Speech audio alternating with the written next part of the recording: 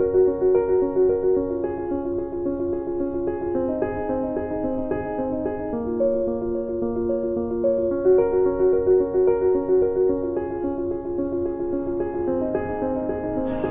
ตามรูปแบบ LT หรือ Learning Together ซึ่งจะเป็นแนวไหนนั้นไปติดตามรับชมกันเลย ข้อที่ 1 ความหมายการเรียนรู้แบบร่วมมือ LT หรือ Learning Together เป็นเทคนิคที่มีขบวนการสอนบ่ยุ่งยากและซับซ้อน โดยขบวนคือให้สมาชิกในกลุ่มช่วยกันศึกษาหาเนื้อหาร่วมกัน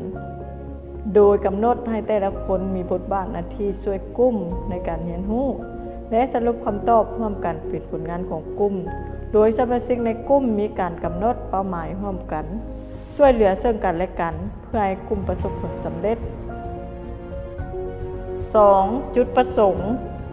ข้อที่ 1 เพื่อมุ่งช่วยเหลือให้ผู้เรียนได้เรียนรู้เนื้อหาสาระต่างๆด้วยตนเองและความช่วยเหลือจากหมู่เพื่อน 2. เพื่อเป็นการพัฒนาทักษะทางด้านสังคมต่างๆเช่นทักษะสื่อสารทักษะการเฮ็ดเวียกร่วมกับผู้อื่นทักษะการสร้างความสัมพันธ์ 3. เพื่อเป็นการส่งเสริมให้นักเรียนมีทักษะการแสวงหาความรู้ทักษะความคิด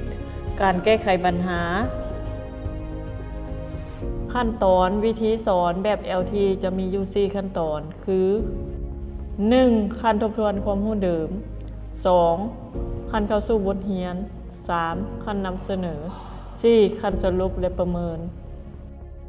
1. ขั้นทบทวนความรู้เดิมขั้นทบทวนความรู้เดิมนี้เป็นขั้นที่ครูสร้างประเด็นการเรียนรู้คือ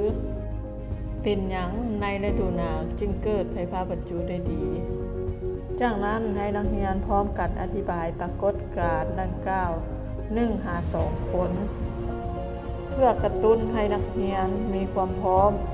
เข้าสู่บทเรียนใหม่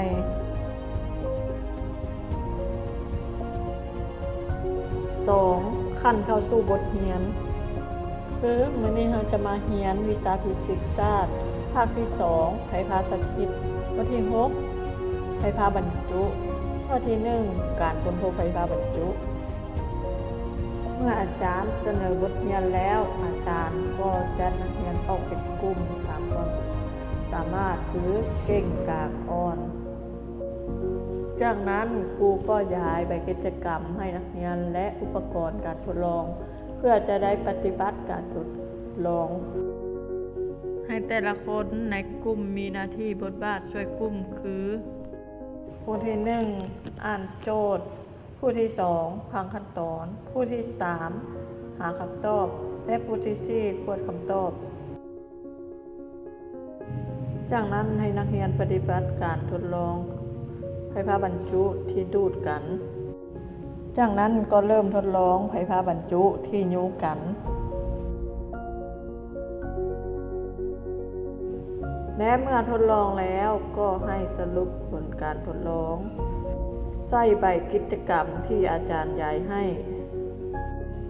3. ขั้นนำเสนอ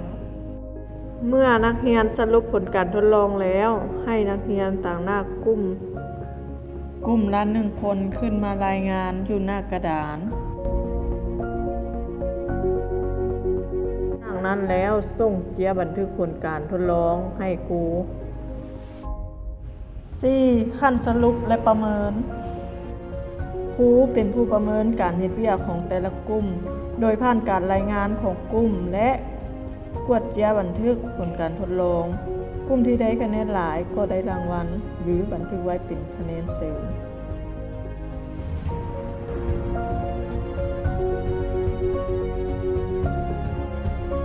จากนั้นครูก็ย้ายไปประเมินพฤติกรรมบุคคลให้นักเรียนประเมินกันเอง